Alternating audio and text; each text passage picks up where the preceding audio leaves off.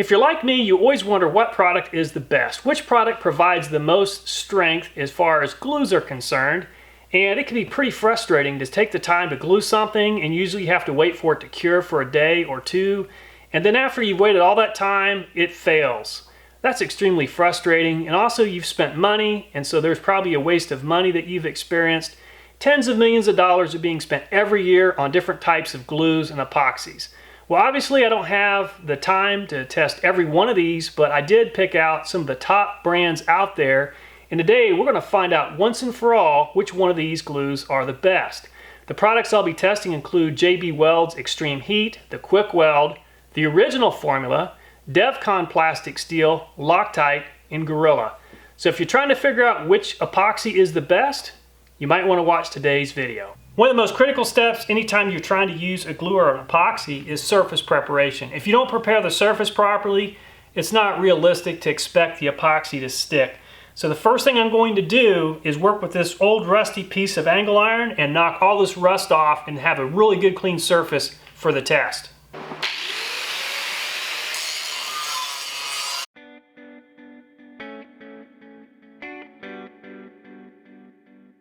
So I'm going to use some 4-inch bolts. These are all brand new out of the box.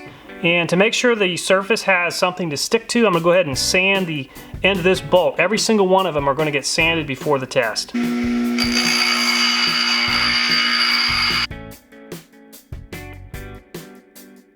not going to touch the area that's been sanded because I don't want any sort of oil residue to be on the bolt.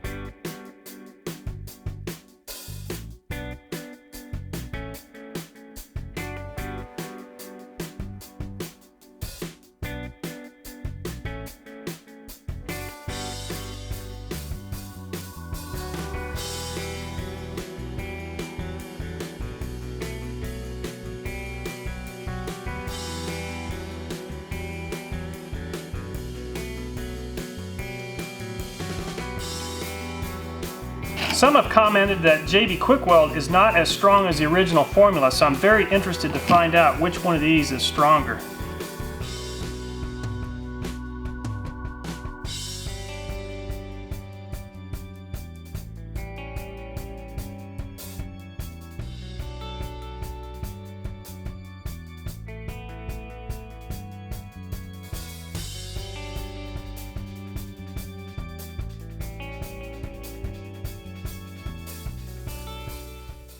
I'll be accomplishing at least 2, maybe 3 different types of tests today.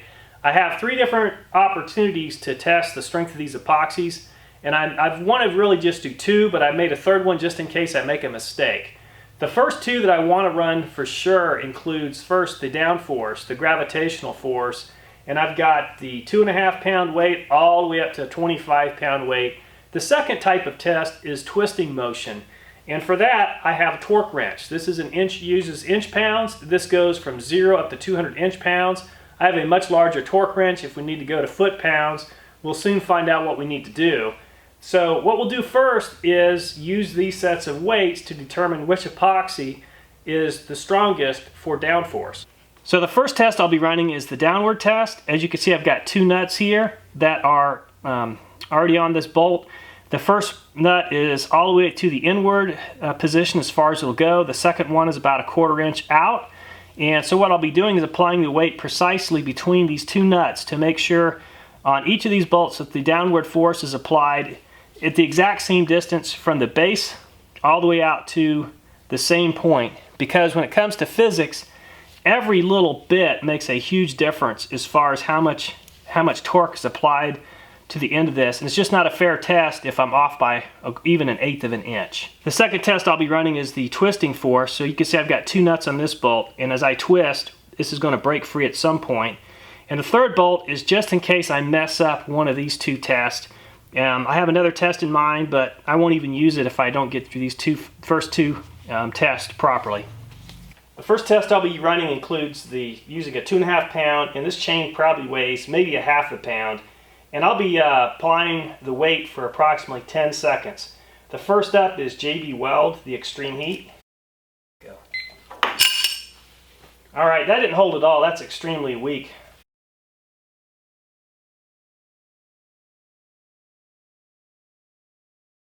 I got right at 10 pounds.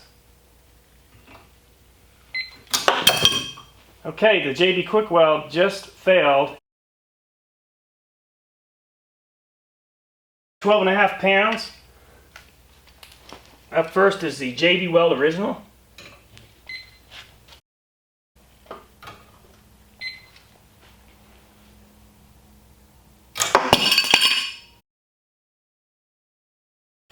Okay, I'm up to 15 pounds now.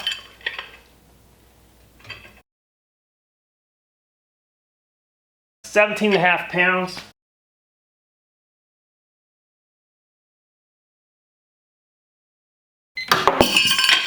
Okay, we're up to 20 pounds.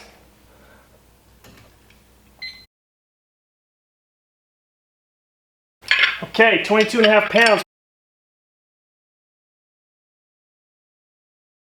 Okay, up next is 25 pounds.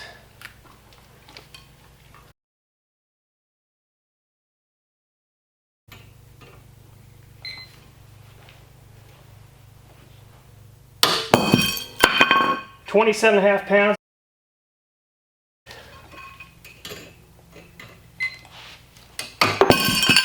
So we're going to go through each one of these real quick and talk about what happened.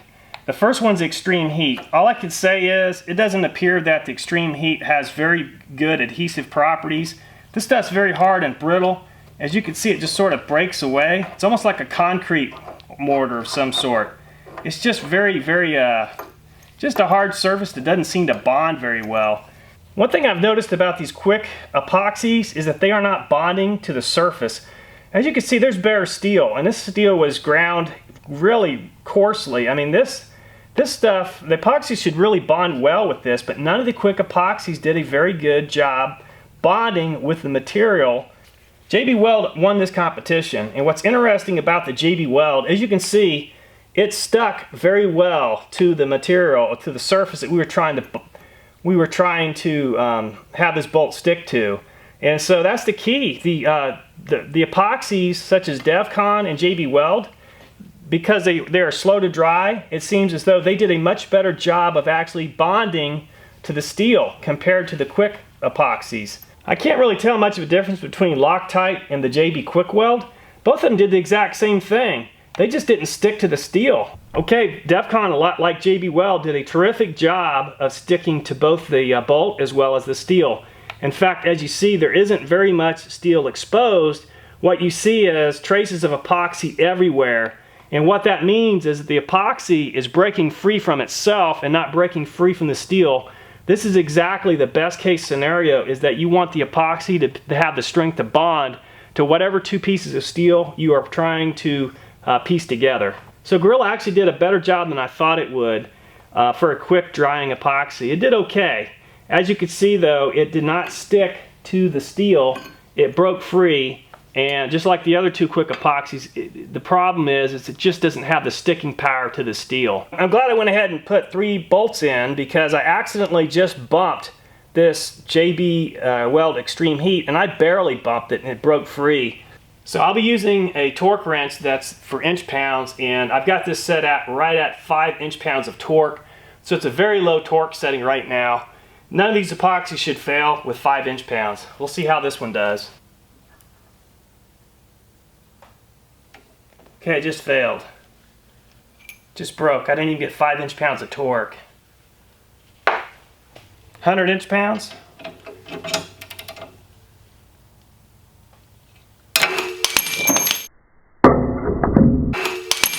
Okay, KwikWeld failed at 100 inch-pounds, and as you can see, it just did not adhere to the metal. These Kwik epoxies just seem to fail at sticking to whatever surface you're trying to make it stick to.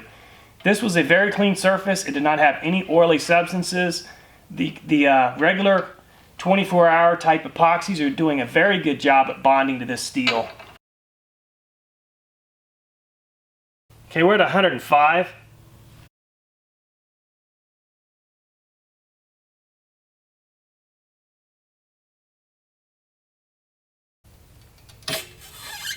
Okay, failed at 120. 125 inch-pounds.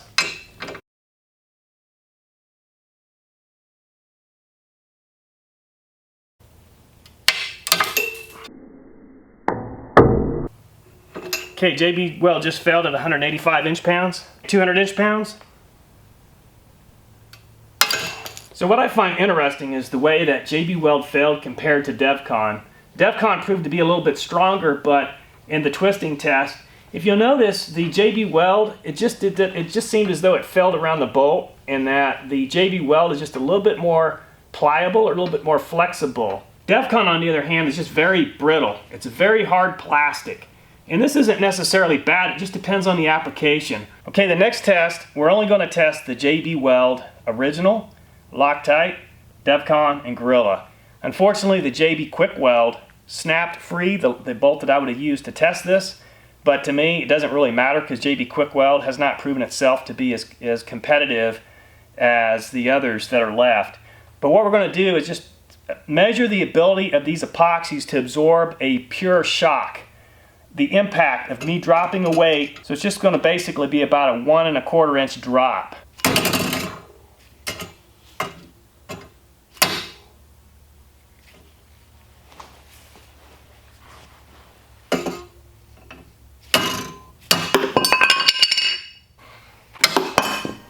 Okay, the JB Weld did not take the pressure. You can see it broke up the very edge. Well, people are spending tens of millions of dollars on these epoxies every year, and I hope the testing I did today will help inform you regarding which epoxy is best for your specific application. And that's the key. It's going to vary depending on what you're trying to do. You may need something that dries quickly, or you might need something that's super strong, or maybe even something that's a little more pliable. And so it depends. There's not one clear winner in this test in terms of, it depends on what you're trying to use the epoxies for. With all that being said, is there a better epoxy that I could have tested? I'd love to hear your comments on that. Finally, if I've done a good job in this video, I hope you'll consider giving me a thumbs up. I work real hard at these. I spend a lot of time editing video and a lot of expense putting these together. I hope you think it's worth it. I'd love to hear your comments on if there's something I can do better, because you guys give me a lot of helpful feedback and it helps me improve these videos, so I'm open to constructive feedback. Also, I hope you'll consider subscribing if you like the channel. We have a lot of very interesting projects coming up. And as usual, just want to say thank you very much and look forward to seeing you next time.